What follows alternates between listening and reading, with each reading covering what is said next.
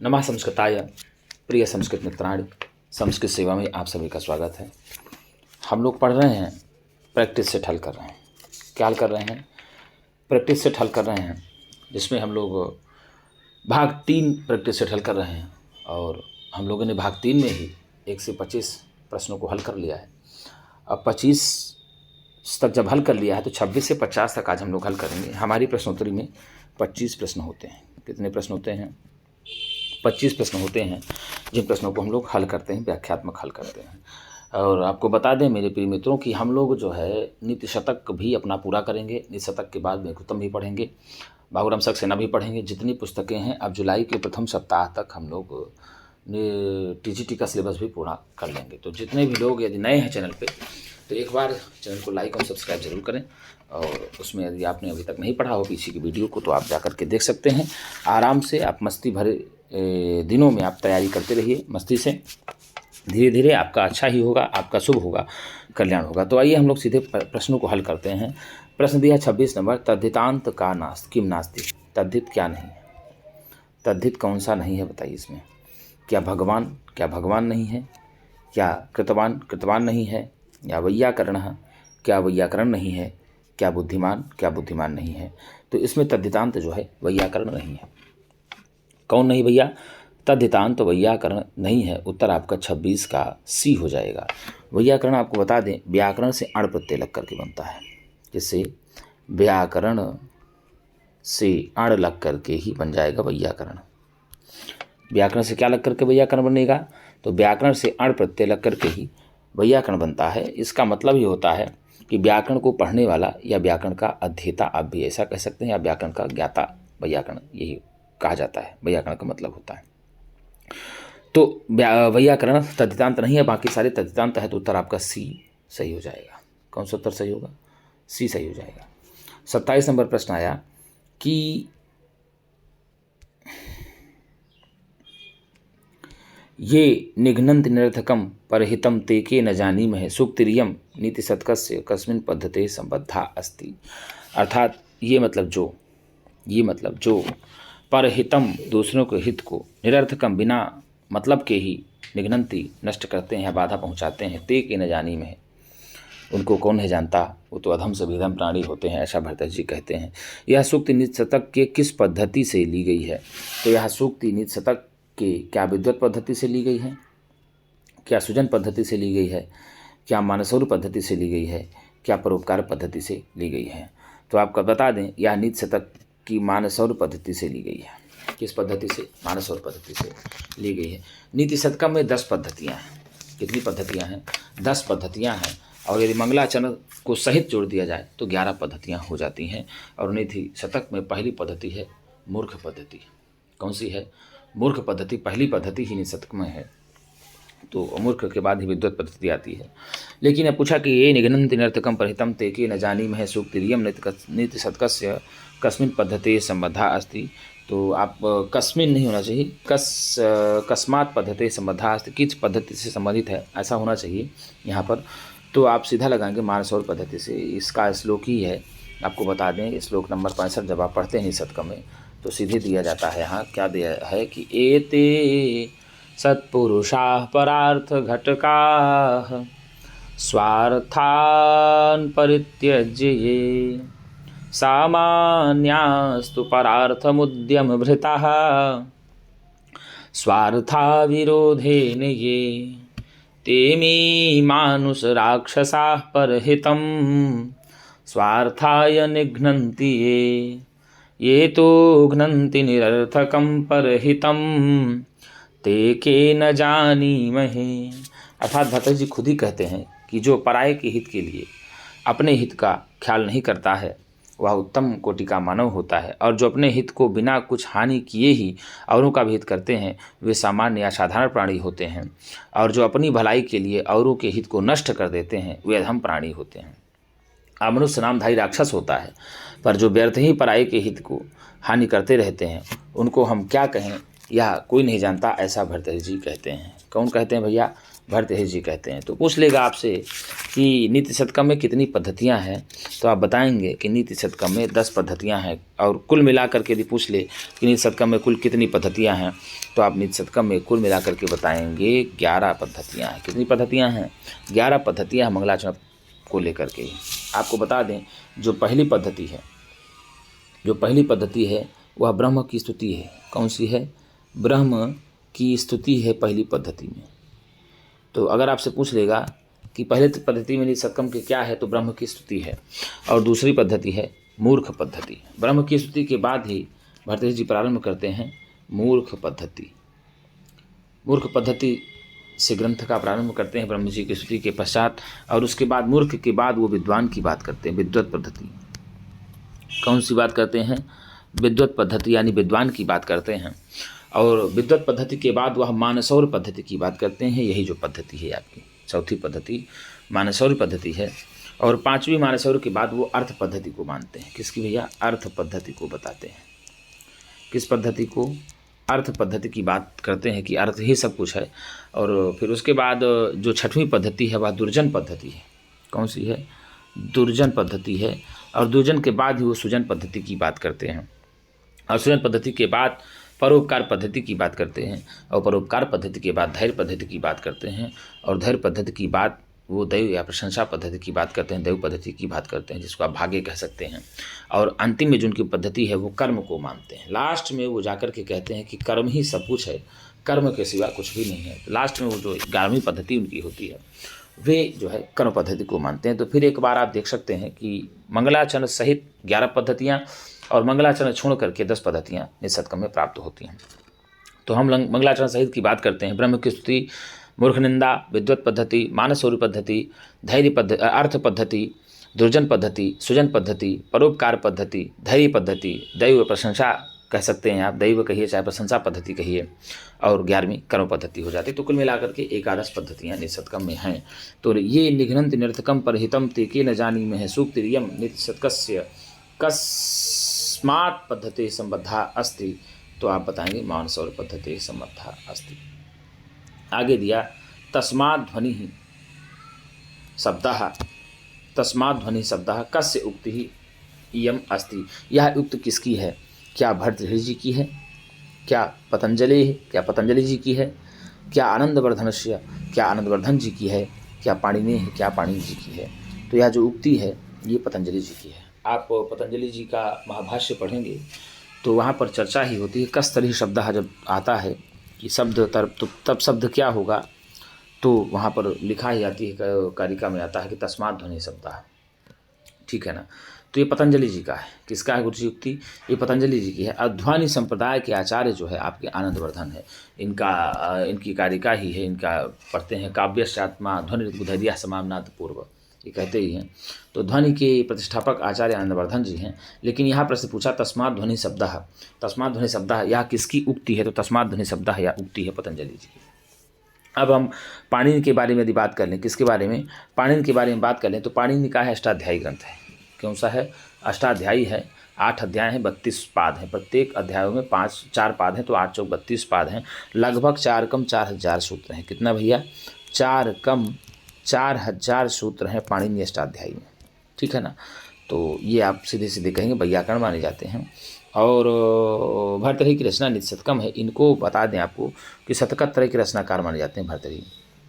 कौन माने जाते हैं? शतकत्रय के रचनाकार माने जाते हैं भर्तृहरि।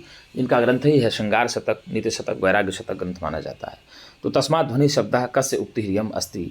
तो भैया ये पतंजलि जी की हो जाएगी। ध्वनि प्रतिष्ठापक आचार्य आनंदवर्धन है। ध्वनि संप्रदाय के यदि आचार्य पूछ ले तो आप बताएंगे आनंदवर्धन। ठीक है ना? तो उत्तर आपका बी सही हो जाएगा। आगे दिया निम्नेषु सुमेलितम नास्ति। निम्न में से सुमेलित कौन सा नहीं है? अब बताइए कौन सा सुमेलित नहीं है? एकमात्रिक ह्रस्व, द्विमात्रिक दीर्घ, अर्धमात्रिक व्यंजन, त्रिमात्रिक उदात्त। तो यहाँ त्रिमात्रिक उदात्त ही सुमेलित नहीं होगा, क्योंकि आपको बता दें एक मात्रा भवेत् ह्रस्व, द्विमात्रम दीर्घमुच्यते, त्रिमात्रस्तु प्लुतोज्ञेयो, व्यंजनम चार्धमात्रिकम। तो व्यंजन की आधी मात्रा होती है और ह्रस्व की 1 मात्रा होती है, और द्विमात्रिक दीर्घ होता है और प्लुत जो है त्रिमात्रिक होता है। यहाँ त्रिमात्रिक तो प्लुत होना चाहिए, क्या होना चाहिए, प्लुत होना चाहिए, किंतु यहाँ प्लुत ना होकर के उदात्त दे दिया, इसीलिए सुमिलित नहीं है, तो उत्तर आपका डी चला जाएगा। यदि आपसे पूछ ले कि एक मात्रा वाला कौन सा है, तो ह्रस्व हो जाएगा। द्विमात्रा वाला स्वर कौन सा है, दीर्घ हो जाएगा। त्रिमात्रा वाला स्वर कौन सा है, तो प्लुत हो जाएगा। और व्यंजन की आधी मात्रा होती है। पूछ लेता है निम्न में से किसकी आधी मात्रा होती है, व्यंजन की आधी मात्रा होती है, तो आप उत्तर लगा देंगे इसका जो है डी। एक मात्रा भवेत ह्रस्व द्विमात्रम दीर्घमुच्यते त्रिमात्रास्तु प्लुतो ज्ञेयो व्यंजनम सार्धमात्रिकम। यहाँ त्रिमात्रिक प्लुत होता है, उदात्त नहीं होता, इसलिए आपका डी सही हो जाएगा। स्वर के भी 3 भेद होते हैं, उदात्त, अनुदात्त और स्वरित। नहीं, ह्रस्व दीर्घ और प्लुत। स्वर 3 प्रकार के होते हैं, ह्रस्व दीर्घ और प्लुत होते हैं, और तीनों के भी उदात्त, अनुदात्त, स्वरित होते हैं। ठीक है, आइए आगे देख लेते हैं। यण स्थाने इकाः भवति तदा संज्ञा भवति। जब यण के स्थान में इक होता है तब संज्ञा कौन सी होती है? जब यण के स्थान पर इक हो तब कौन सी संज्ञा होगी? अब आप बताइए खटाखट। क्या यण संधि होगी, क्या अनुवर्तनम, क्या अनुवर्तन होगा, क्या अयादि संधि होगी, क्या संप्रसारण होगा? तो आपको बता दें गुरुजी, यहाँ संप्रसारण होगा। क्या होगा? संप्रसारण होगा। एक सूत्र है इज्ञणः संप्रसारणम। कौन सा सूत्र है? इज्ञणः संप्रसारणम सूत्र है, इज्ञणः संप्रसारणम, इज्ञणः संप्रसारणम। ठीक है ना? अर्थात सीधे कहा कि या वाला ला को ई उ री ले जाना हो, ई उ री हो जाना ही संप्रसारण हो जाता है। किसको गुरुजी? या वा रा ला को ई उ री हो जाना ही संप्रसारण कहा जाता है। ठीक है ना? क्या कहा जाता है? जैसे यज धन ता, क्या कहा? यज धन ता, तो बन जाता है इष्टः। क्या बन जाता है? इष्टः बन जाता है। तो यहाँ या को ई हो गया है, तो संप्रसारण हो गया है। क्या हो गया? संप्रसारण। और आपको बता दें, ई उ री को ई उ री को क्रमशः जब या व ला होता है, या व रा ला हो जाता है, तब यण संधि हो जाती है। कौन संधि हो जाती है? यण संधि हो जाती है। लेकिन जब या व रा ला को ई उ री हो जाता है तो संप्रसारण हो जाता है। आपका उत्तर डी सही हो जाएगा। आगे दिया रामस्य पुत्रौ कुशलवौ इत्यत्र संबंधा अस्ति। अतः राम के दोनों पुत्रों कुशलवों में यहाँ पर कौन सा संबंध है? कुश और लव में कौन सा संबंध है? पिता और पुत्र के साथ रामस्य पुत्रौ कहा, राम के 2 पुत्र हुए, कुश और लव हुए। इत्यत्र यहाँ पर संबंधा अस्ति, यहाँ पर संबंध कौन सा है? क्या स्वस्वामी भाव संबंध है? कारण कार्य भाव संबंध है? कार्य कारण भाव संबंध है? क्या जन्य जनक भाव संबंध है? क्या सर्वे? तो यहाँ पर गुरुजी जन्य जनक भाव संबंध है, पिता पुत्र। तो पिता का पुत्र से संबंध है, यानी जन्य जनक भाव संबंध हो जाता है। और व्याकरण में 3 प्रकार के संबंध माने जाते हैं। कितने प्रकार के संबंध माने जाते हैं व्याकरण में? व्याकरण शास्त्र में 3 प्रकार के संबंध माने जाते हैं, जिसमें स्वस्वामी भाव संबंध, जैसे राज्ञः पुरुषः, राजा का पुरुष है, यहाँ पर स्वामी और सेवक का संबंध जो होता है, वहाँ पर आप बताएंगे स्वस्वामी भाव संबंध होता है। और जन्य जनक भाव संबंध में जैसे पिता पुत्र का संबंध हो जाता है। और कार्य कारण भाव संबंध में जैसे आप कहा हिरण्यस्य कंकणम, अर्थात सोने का कंगन। किसका कंगन?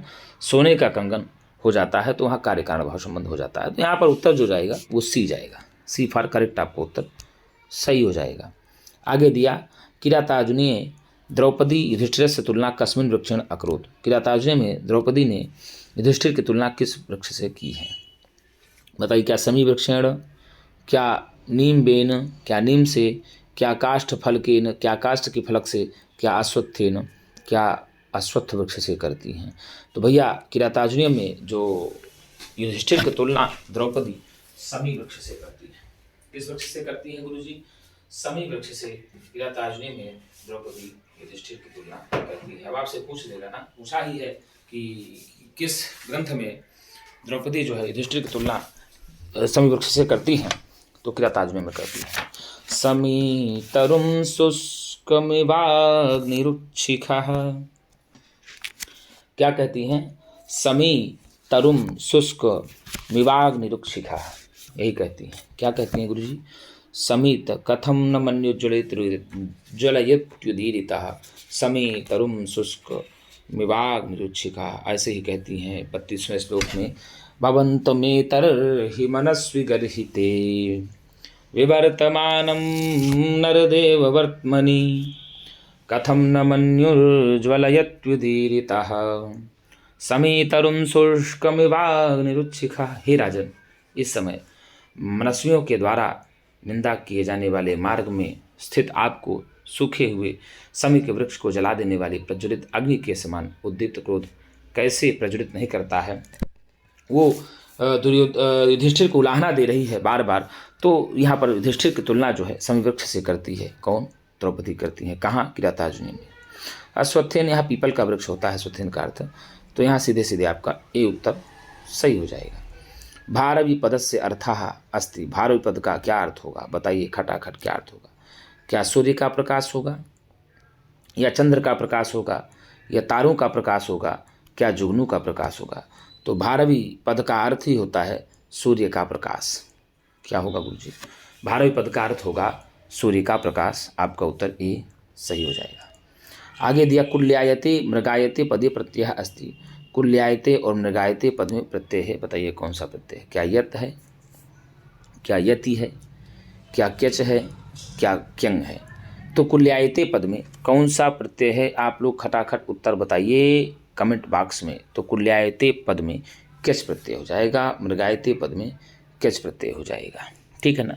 कुल्यायते, मृगायते, फटफटायते आदि सब शब्दों में क्यच प्रत्यय लग जाता है। और ये सब धातुएं जो है ज़्यादातर आप अगर देखा जाए तो खटखटायते ये सब आपको मिलेंगी। एक प्रकरण है मृच्छकटिकम, शूद्रक के द्वारा रचित है, 10 अंकों का है। उसमें बहुत सारा प्रयोग इन सब शब्दों का आता है।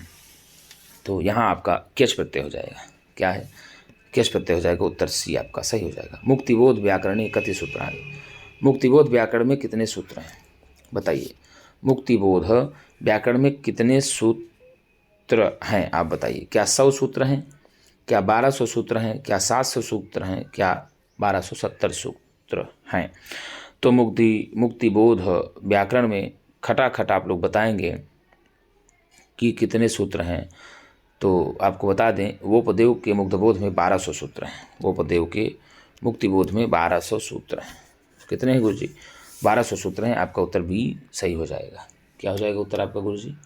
बी आपका उत्तर सही हो जाएगा। 1200 सूत्र हैं। आगे दिया कि सामान्य प्रतिपत्ति पूर्वकमयम दारे सुदृश्या त्वया इत्यस्मिन् वाक्ये वाच्योऽस्ति। सामान्य प्रतिपत्ति पूर्वकमयम दारे सुदृश्या त्वया इत्यस्मिन् वाक्ये वाच्य अस्ति। इस वाक्य में वाच्य बताइए कौन सा वाच्य होगा? क्या जो है भाववाच्य होगा, क्या जो है कर्मवाच्य होगा, या जो है कर्तृवाच्य होगा, या न कोपी? बताइए कौन सा होगा? खटाखट उत्तर आप लोग बताइए।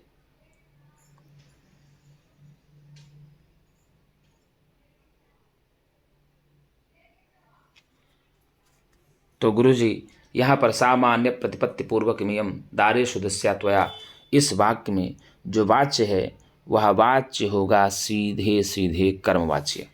क्या हो जाएगा? कर्मवाच्य हो जाएगा। कौन सा वाच्य हो जाएगा? कर्मवाच्य हो जाएगा। तो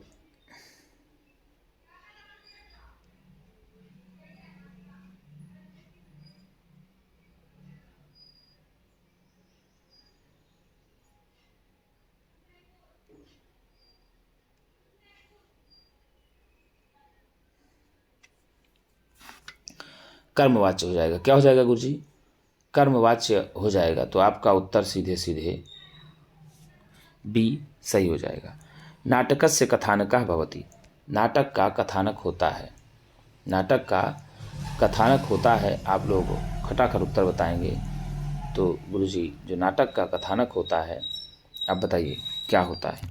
क्या ख्यातवृत्त, क्या ऐच्छिक, क्या काल्पनिक, क्या आध्यात्मिक? बताइए क्या होता है? काल्पनिक होता है, क्या आध्यात्मिक होता है, कि ख्यातवृत्ति होता है, क्या कि ऐच्छिक होता है? तो नाटक का जो कथानक होता है गुरुजी वह आपको बता दें ख्यातवृत्त होता है, इतिहास प्रसिद्ध होता है। ठीक है। नाटक का कथानक प्रसिद्ध होता है, उसका नायक विख्यात वंश में उत्पन्न होता है और नाटक में मुख्य श्रृंगार या वीर रस आदि होते हैं। क्या होते हैं? श्रृंगार या वीर रस आदि होते हैं। तो आप उत्तर सीधे सीधे लगा देंगे ए। क्या लगाएंगे गुरुजी? आप उत्तर लगाएंगे ए लगा देंगे। क्या लगाएंगे? ए लगा देंगे आप, उत्तर ठीक हो जाएगा आपका। आगे देख लेते हैं क्या दिया। अनिर्वर्णनीयम पर कलत्रम सूक्तिरियम अभिज्ञान शाकुंतलम कस्मिन् अंके अस्ति। बताइए यह सूक्त अभिज्ञान शाकुंतलम के किस अंक में है? क्या तृतीय अंके अस्ति, प्रथमे अंके अस्ति, चतुर्थ अंके अस्ति, पंचम अंके अस्ति? किस अंक में है? खटाखट उत्तर बताइए। अनिर्वर्णनीयम पर कलत्र दर्शनम, यह कथन अभिज्ञान शाकुंतलम के 5वें अंक में है। किस में है गुरुजी? 5वें अंक में है। और कहानी के 5वें अंक में ही सारंग और सारद्वत लाते हैं उसको, जो है शकुंतला को। तो दुष्यंत जो है उनको पहचानने से इनकार कर देता है। क्या कर देते हैं? दुष्यंत पहचानने से इनकार कर देते हैं और दूसरी स्त्री पर पराई स्त्री को देखना नहीं चाहता, ऐसा कह देते हैं। तो थोड़ा सा कष्ट होता है और उनको फटकारता भी है कर्ण का शिष्य। तो अब आप ये मानिए, तो यहाँ पर जो आया है तो पंचम अंक में बात आई है। किस अंक में आई है? पंचम अंक में बात आई। अब आगे दिया कि यदा रपरः र भवति, यदा रपरः र भवति, यदा रपरः र भवति तदा पूर्व रकारस्य लोपः कस्मिन् सूत्रे भवति। क्या हसिचा सूत्र से होता है? क्या रूढ़ी सूत्र से होता है? क्या ढलोपे दीर्घो पूर्व से दीर्घोणः, क्या इससे होता है? क्या सजुषो रूह, क्या इससे होता है? तो गुरुजी यहाँ पर रूढ़ी सूत्र से ही पूर्व रकार का लोप हो जाता है। रा के बाद यदि रा आवे तो रा का लोप हो जाता है और पूर्व में आए हुए आ ई उ यदि ह्रस्व रहे तो दीर्घ हो जाता है। जैसे पुनर्धन बराबर पुनरमते बन जाता है। क्या? पुनर्धन रमते बराबर पुनरमते बन जाता है।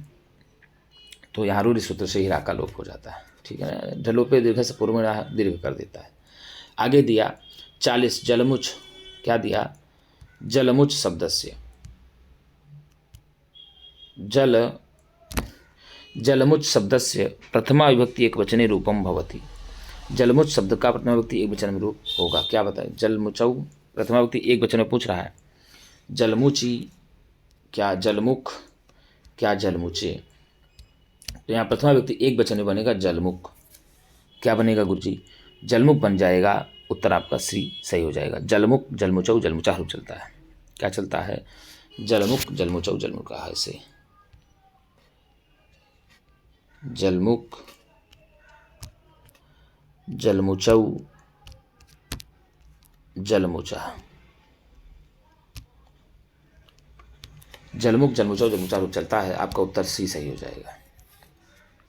केशेषु चमरीं हन्ति सूत्र सुधारणम अस्ति, अर्थात सीधे कहा बाल के लिए चमड़ी को मार देता है।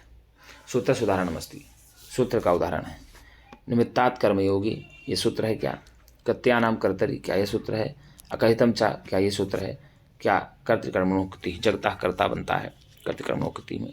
अकहितम चा दुह्याच पचदन रुधि प्रच्छि बुरुषाच यदि मसोसाम कर्मोक साध कृतम तथा स्यात् निधि कृष्वाहम, ऐसा कहा जाता है। तो गाम दोग्धि पर आप लोग उदाहरण पढ़ते हैं, ये नहीं होगा।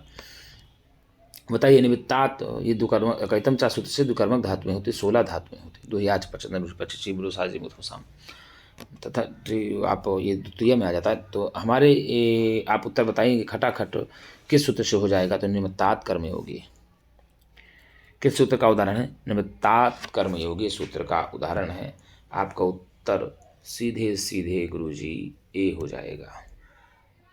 क्या हो जाएगा? ए हो जाएगा। आगे दिया स्ववीर्य गुप्ता ही मनो प्रसूति ही सूक्तिरियं कस्मिन् ग्रंथेन उद्धृता अस्ति। यह सूक्ति किस ग्रंथ से उद्धृत है? बताइए। यह सूक्ति जो है स्ववीर्य गुप्ता ही मनो प्रसूति ही किस ग्रंथ से ली गई है? क्या शिशुपाल वधेन, क्या शिशुपाल वध से ली गई है? किरातार्जुनीय, क्या किरातार्जुनीय से ली गई है?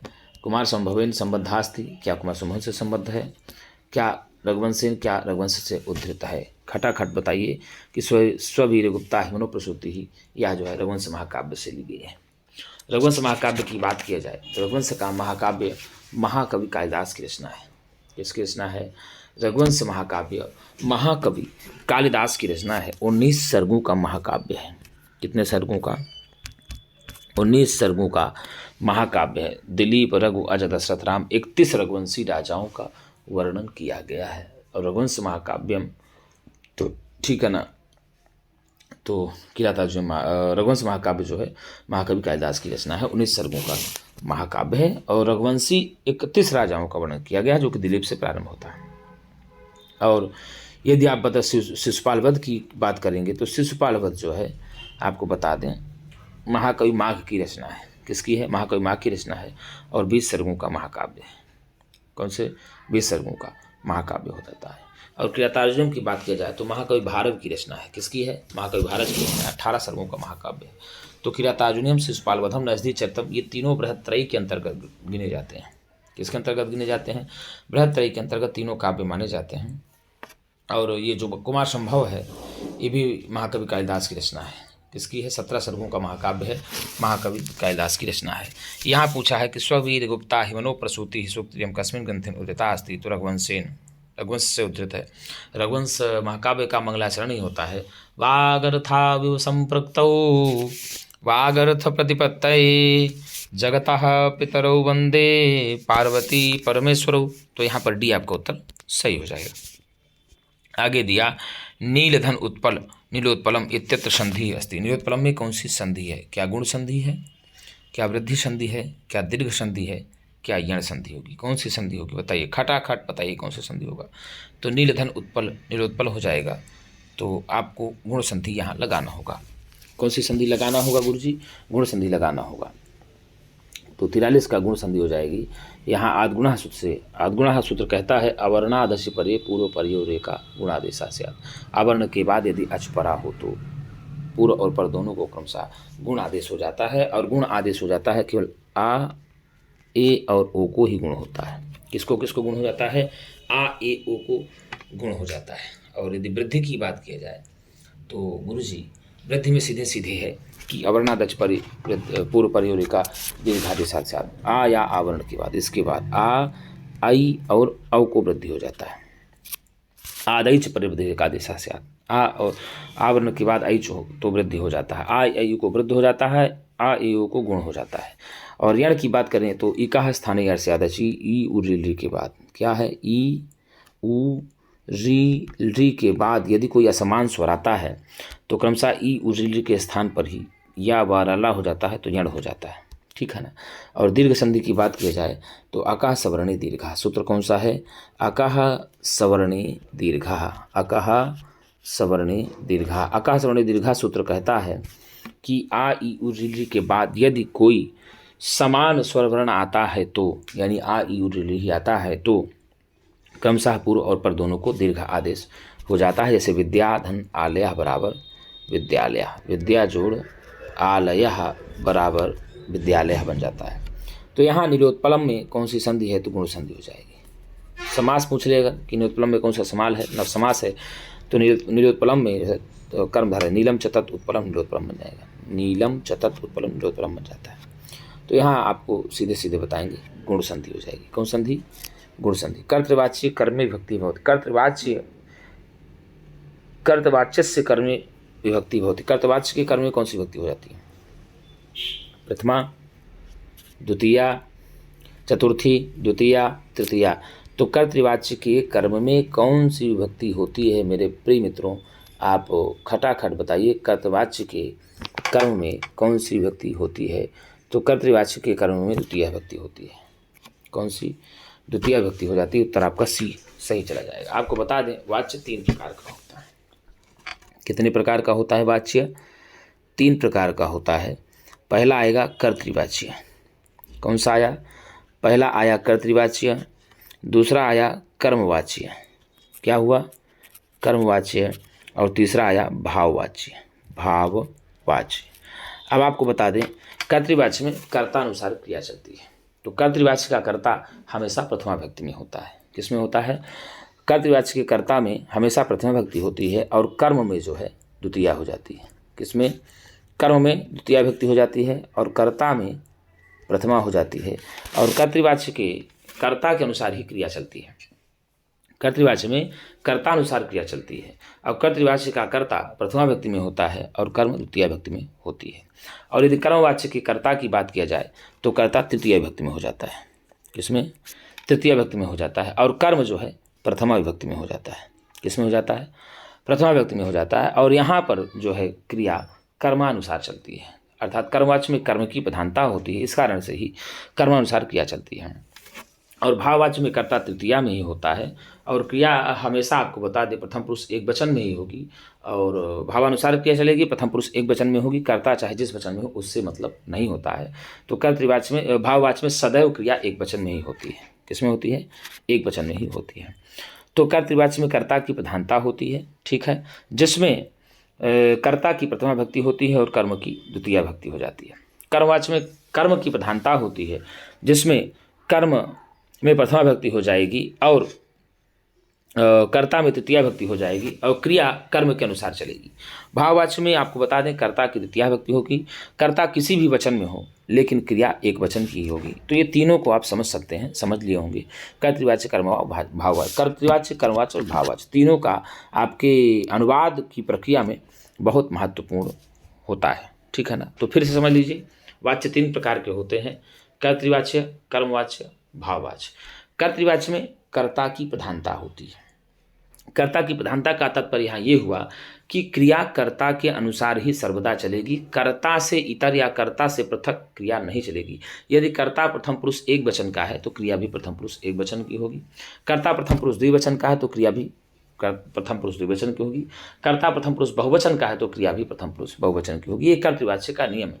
अब कर्तृवाच्य में कर्म हमेशा गौण रहेगा। भाई कर्ता प्रधान होगा तो कर्म गौण रहेगा। भाई दो में से एक की ही प्रधानता होगी, या तो कर्म की प्रधानता होगी या तो कर्ता की प्रधानता होगी। तो जब कर्ता की प्रधानता होगी तो कर्म गौण होगा और जब कर्म की प्रधानता होगी तो कर्ता गौण होगा। और जब कर्ता गौण होगा तो कर्म के अनुसार क्रिया चलेगी और जब कर्म गौण होगा तो कर्ता अनुसार क्रिया चलेगी। तो कर्तृवाच्य में कर्ता की प्रधानता होती है और कर्ता प्रथमा विभक्ति में प्रथम बता दें आपको, कर्ता की प्रथमा विभक्ति होती है और कर्म की द्वितीया विभक्ति होती है।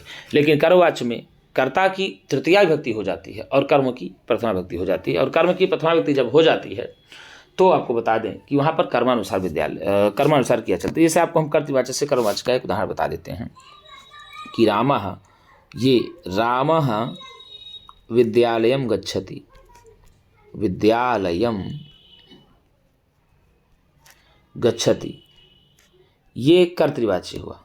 क्यों? क्योंकि यहाँ राम कर्तृवाच्य का कर्ता हुआ और ये प्रथमा विभक्ति में हो गया, ठीक है। और विद्यालयम गच्छति, यहाँ विद्यालयम गच्छति ये द्वितीय विभक्ति का हो गया, ठीक है ना। कर्म हो गया, गौण हो गया, गच्छति जाता है, तो यहाँ कर्ता के अनुसार क्रिया चली है। यदि कर्ता एक वचन का है तो क्रिया एक वचन की होगी। यहाँ रामो हो जाए, दो राम जाते हैं तो यहाँ गच्छता हो जाएगा।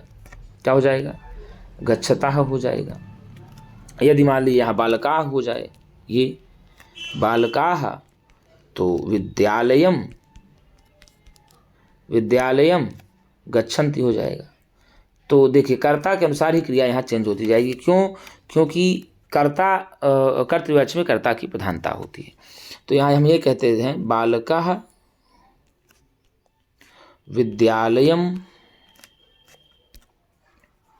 बालकः विद्यालयम गच्छति, ठीक है ना। ये कर्तृवाच्य आपका हुआ है।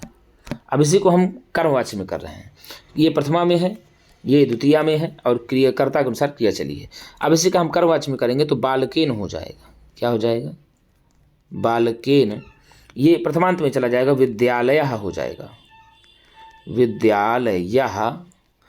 ये आपका तृतीया विभक्ति में चला गया, ये आपका प्रथमा विभक्ति में चला गया और गम्यते हो जाएगा, ये गम्यते।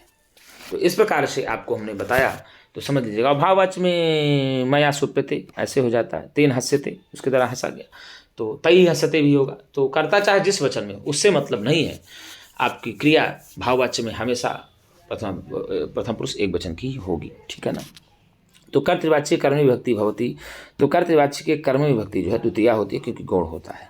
अब आपसे पूछ ले कि कर्मवाच्य कर्तु विभक्ति भवती, तो कर्मवाच्य कर्तु विभक्ति प्रथमा में हो जाएगी, प्रथमा विभक्ति में हो जाएगी। तो आपका उत्तर चला जाएगा सी। कौन सा उत्तर होगा? सी आपका उत्तर सही। 10 लाख इत्यस्य संस्कृतम भवति, 10 लाख का संस्कृत में क्या होगा? लक्षम, प्रयुतम, नियुतम, बी अथवा सी उभौ। अब बताइए कौन सा होगा? लक्षम, प्रयुतम, नियुतम, बी अथवा सी, बताओ कौन सा हो जाएगा? तो 45 का आप लोग खटाखट उत्तर दीजिए, क्या हो जाएगा? बताइए उत्तर क्या हो जाएगा? 1 लाख को क्या कहेंगे आप? तो 1 लाख को न्यूनतम कहते हैं। 1 लाख को क्या कहते हैं? न्यूनतम कहेंगे और प्रयुतम भी कहेंगे, न्यूनतम और प्रयुतम दोनों कहेंगे। तो बी अथवा सी दोनों हो जाएगा, बी अथवा सी दोनों हो जाएगा। प्रयुतम कही चाहे न्यूनतम कही, बात एक ही है। बी अथवा सी उभौ दोनों हो जाएगा। आपको बता दे, एकम दशतम चैव सहस्त्रमयुतम तथा, क्या कहा? आप पढ़ेंगे एकम 10 चैव,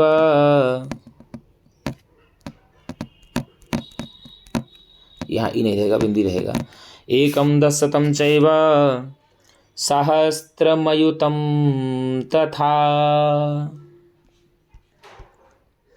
सहस्त्रमयुतम तथा, सहस्त्रम है ऐसे करेंगे, सहस्त्रम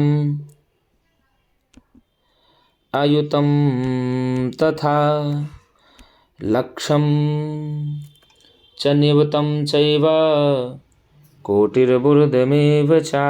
लक्षम, क्या कहा? लक्षम च नियुतम, नियुतम चैव कोटिर्बुर्दमेव च।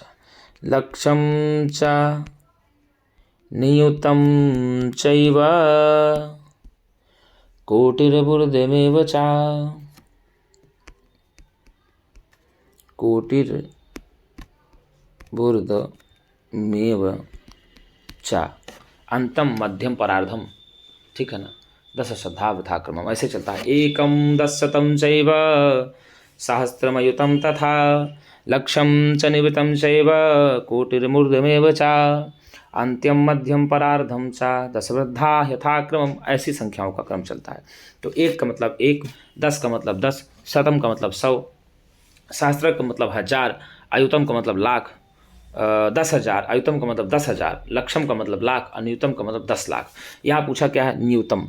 10 लाख इत्यस्य संस्कृतम भवति, तो 10 लाख का संस्कृतम प्रयुतम भी कहिए चाहे न्यूनतम कहिए, दोनों बात एक ही है। आपका बी अथवा सी उत्तर, दोनों डी उत्तर आपका सही हो जाएगा, बी अथवा सी, ठीक है। पुंडरीक पटल इति पदस्य अर्थः कः। पुंडरीक पटल, इस पद का क्या अर्थ होगा? क्या सरोवरः, क्या तालाब होगा? पीतकमलः, पीतकमल होगा। नीलकमलः, क्या नीलकमल होगा? श्वेतकमलः, क्या श्वेत कलम कमल होगा? तो पुंडरीक पटल का अर्थ होता है श्वेत कमल। क्या हो जाएगा? श्वेत कमल हो जाएगा। नीलकमल मतलब नीलकमल होता है, सरोवर मतलब तालाब होता है, पीत कमल पीला कमल। तो पुंडरीक मतलब श्वेत होता है और कमला मतलब कमल हो जाता है। आप उत्तर सीधे और सीधे लगा देंगे डी। 46 का उत्तर आपका डी सही हो जाएगा। कौन सा सही हो जाएगा? 46 का उत्तर आपका डी सही हो जाएगा। आगे दिया कि हरिद्रा द्रवक्षालितम, हरिद्रा द्रवक्षालितम इव इत्यत्र अलंकारा अस्ति। हल्दी के समान, ठीक है ना, अत्यंत पीला पड़ा हुआ बदन। तो यहाँ पर अलंकार है, कौन सा अलंकार होगा? क्या रूपक, निदर्शना, उपमा, उत्प्रेक्षा। आप बताइए इसमें कौन सा अलंकार होगा? तो हरिद्रा द्रवक्षालितम इव वदनम में मानो हल्दी के रंग से धुला हुआ, यहाँ पर उत्प्रेक्षा अलंकार हो जाएगा। कौन सा अलंकार हो जाएगा? कोप कसायित नैना हरिद्रा द्रवक्षालितम इव वदनम, योगी प्रोवाच, योगराज जी बोलते हैं, ऐसा आप शिवराज विजय में पढ़ेंगे। तो यहाँ पर उत्प्रेक्षा अलंकार सीधे सीधे हो जाएगा। जब यवनों के वो मुसलमानों के जो उसमें पूछते हैं, तब वो जब बताते हैं ब्रह्मचारी गुरु, तो वो बड़ा खिसिया जाते हैं। तो उनका जब वो खिसियाते हैं तो उनका शरीर ऐसा लगता है कि मानो हल्दी से धुला हुआ। किसे भैया?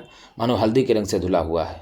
तो इस कोप कसायित नैना, कोप के कारण अत्यंत नेत्र भी उनके खिसिया जैसे कसायित कसायित लगते हैं। तो यहाँ पर यदि पूछा जाए तो कौन सा अलंकार बताएंगे आप? तो यहाँ उत्प्रेक्षा अलंकार हो जाएगा।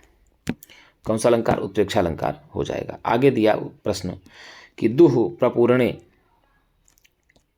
प्रपूर्णे धातोः लंग लकार प्रथम पुरुषेक वचनस्य का रूपम भवति। दुह प्रपूर्णे धातु के लंग लकार प्रथम पुरुष एक वचन का रूप क्या होगा? क्या अदुहन होगा, क्या अदुहन होगा, क्या अदोहम होगा, क्या अधुग्ध होगा, क्या अधोक होगा? बताइए भैया। दुह प्रपूर्णे धातु के लंग लकार प्रथम पुरुषैक वचनस्य, यहाँ ये होना चाहिए प्रथम पुरुषैक वचनस्य हो जाना चाहिए। प्रथम पुरुष एक वचन का रूप क्या होगा? 48 में आप खटाखट उत्तर बताएंगे गुरुजी। तो आपका उत्तर हो जाएगा अधोक। क्या हो जाएगा? लंग लकार प्रथम पुरुष एक वचन में क्या बनेगा? अधोक। क्या बनेगा? अधोक भी होता है, अधोक भी होता है, ऐसे भी होता है। विकल्प में गा भी बनता है, अधोक भी बनता है। तो अधोक अदुग्धाम, अधोक अदुग्धाम, अदुग्धाम अदुहन भी बनता है। ठीक है ना? अधोक अदुग्धाम अधुहन चलता है ऐसे। अधोक का भी रहता है अथवा अधोक गा भी रहता है ऐसे। अधोक अदुग्धाम अधुहन ऐसे रूप चलता है। तो आपका उत्तर हो जाएगा डी। क्या बन जाएगा? डी। आगे दिया जनिकर्तुः प्रकृतिः, जनिकर्तुः प्रकृतिः इत्यस्मिन् सूत्रे जनिकर्तुः पदे कस्मिन् विभक्तिः अस्ति। जनिकर्तुः पद में कौन सा विभक्ति है? क्या षष्ठी विभक्ति है, पंचमी विभक्ति है, द्वितीय विभक्ति है, चतुर्थी विभक्ति है? तो बताइए जनिकर्तुः में कौन सी विभक्ति है? खटाखट बताइए। तो जनिकर्तुः प्रकृति में, जनिकर्तुः में षष्ठी विभक्ति हो जाती है। यहाँ आपको बता दें, जन धातु के कर्ता के कारण की अपादान संज्ञा होती है। कौन सी संज्ञा हो जाती है? अपादान संज्ञा होती है। जैसे ब्रह्मणः प्रजा प्रजायन्ते, किंतु जनिकर्तुः पद में षष्ठी व्यक्ति का ही प्रयोग हुआ है। ठीक है? तो जनिकर्तुः पद में आप षष्ठी व्यक्ति का प्रयोग मानेंगे, यहाँ षष्ठी व्यक्ति हो जाएगी। आगे दीजिए क्या दिया?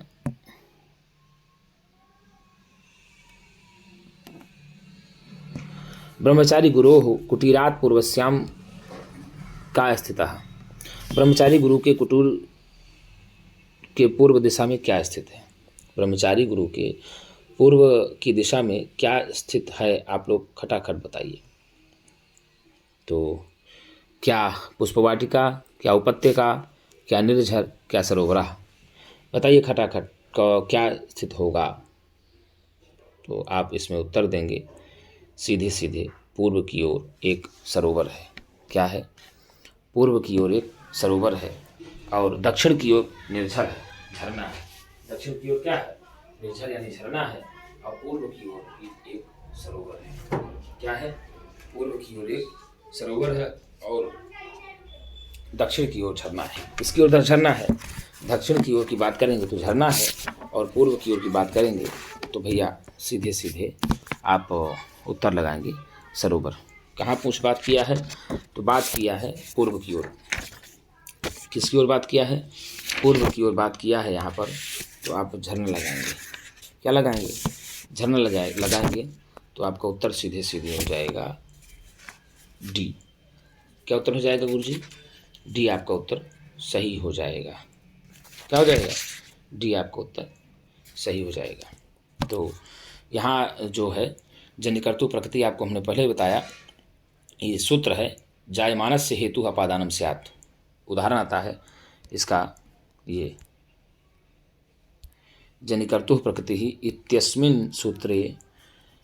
जनिकर्तुः पदे पूछा है, आप यह अपादान नहीं झटक लेना कि अपादान संज्ञा हो जाएगी, नहीं। जनिकर्तुः पद में षष्ठी होती है, किंतु ये जो सूत्र है यहाँ जायमानस्य हेतु अपादानम स्यात्, जन धातु के कर्ता के कारण की अपादान संज्ञा हो जाती है। ठीक है? जन धातु के, जनिकर्तुः, जन धातु के कर्ता की, तो स्पष्ट हो गया जन धातु के कर्ता की अपादान संज्ञा हो जाती है। तो यहाँ की जनिकर्तुः पद में इसीलिए षष्ठी हो जाएगी। पंचमी आप नहीं ठोक दीजिएगा कि पंचमी ठोक दीजिए, क्योंकि यहाँ जनिकर्तुः पद में पूछा है। यदि आपसे पूछ ले कि ब्रह्मणा प्रजा प्रजायन्ते में कौन सी विभक्ति होती है, तो ब्रह्मणा में पंचमी हो जाएगी। क्या हो जाएगी?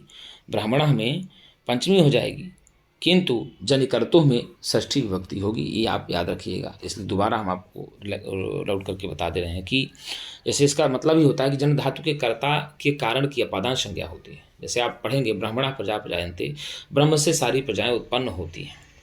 तो यहाँ प्रजाओं को उत्पन्न होने का कारण क्या है गुरुजी? ब्रह्मा है। तो ये जनकर्तव्य प्रकृति सूत्र के कारण ही ब्रह्म की अपादान संज्ञा हुई, इसलिए अपादान पंचमी से ही यहाँ ब्रह्मणा में पंचमी विभक्ति हो जाती है। किंतु यदि आप जनकर्तव्य पद में पूछेंगे तो षष्ठी विभक्ति होगी, आपका उत्तर ए सही हो जाएगा। पंचमी नहीं मारिएगा, बहुत लोग पंचमी ठोंक दें। ब्रह्मचारी गुरो हो कुटीरात पूर्वस्याम का स्थित अस्ति, तो भैया कुटीर के पूर्व में सरोवर, क्या है? सरोवर। कुटिया के पूर्व में एक सरोवर है। क्या है? कुटिया के चारों ओर पुष्प वाटिका थी, आप पढ़े थे, और कुटिया के पूर्व की ओर सरोवर है और दक्षिण की ओर एक झरना है। तो कुटिया के चारों ओर की बात करेंगे तो पुष्प वाटिका थी, पूर्व की ओर बात करेंगे तो सरोवर था, और दक्षिण की ओर बात करेंगे तो झरना था, निर्झर झरझर ध्वनि। तो ये दक्षिण की ओर था झरना, किस ओर था? दक्षिण की ओर था, और पूर्व की ओर सरोवर यानी तालाब था। अनस्वा पदे समासा अस्ति, एक पद हम एक्स्ट्रा ले लिए हैं, क्या मन हो गया है। तो अनस्वा पदे समासा अस्ति, तो अनस्वा पदे नई तत्पुरुष समास हो जाएगा। कौन सा समास हो जाएगा? नई तत्पुरुष समास हो जाएगा। तो मित्रों, यदि आपको वीडियो अच्छी लगती है तो एक बार लाइक और सब्सक्राइब जरूर करें, और हो सके तो संस्कृत सेवा चैनल को आगे शेयर भी करें अपने मित्रों तक। तो मित्रों, हम बता दें, आपको बार बार कह रहे हैं कि हम नित्य शतक का भी अध्ययन प्रारंभ कर देंगे। हमने कल पढ़ा है नित्य शतक के अध्ययन को, लेकिन हम प्रयास कर रहे हैं कि हम लोग जो शाम वाली वीडियो है उसमें हम लोग प्रश्नोत्तरी लेकर के आएंगे। और नित्य शतकम के लिए थोड़ा सा अभी विभागीय कार्यों की वजह से व्यस्तता ज़्यादा हो जा रही है, तो समय निकालने में थोड़ा सा दिक्कत हो जा रही है। तो हम प्रयास करेंगे कि आपको ज़्यादा से ज़्यादा पढ़ाने का प्रयास करेंगे और सिलेबस को भी पूरा करेंगे। हम लोग नीति शतकम के लिए एक अलग से टाइम निकालेंगे, उस अलग से टाइम पे हम लोग नीति शतक को पढ़ाएंगे। आपको टाइम आज से कल तक में हम सूचना दे देंगे कि इतने समय नीति शतकम की क्लास चलेगी। तो संभवतः हम लोग सोमवार से नीति शतकम की क्लास पुनः एक बार प्रारंभ कर देंगे, और आप लोग भी लग जाइएगा। हम टाइम आपको संडे को बता दिया जाएगा कि नीति शतकम की क्लास इस समय पर चलेगी। तो मित्रों, आपको यदि अच्छा लगता है, यदि आपको लगता है कि संस्कृत सेवा में शिवम शुक्ला सर मेहनत कर रहे हैं आपके लिए, तो एक बार चैनल को लाइक और सब्सक्राइब जरूर करें। मित्रों, आज के लिए इतना ही। हम पुनः एक नवीन वीडियो के साथ मिलेंगे, तब तक के लिए नमः संस्कृताय, शुभ रात्रि।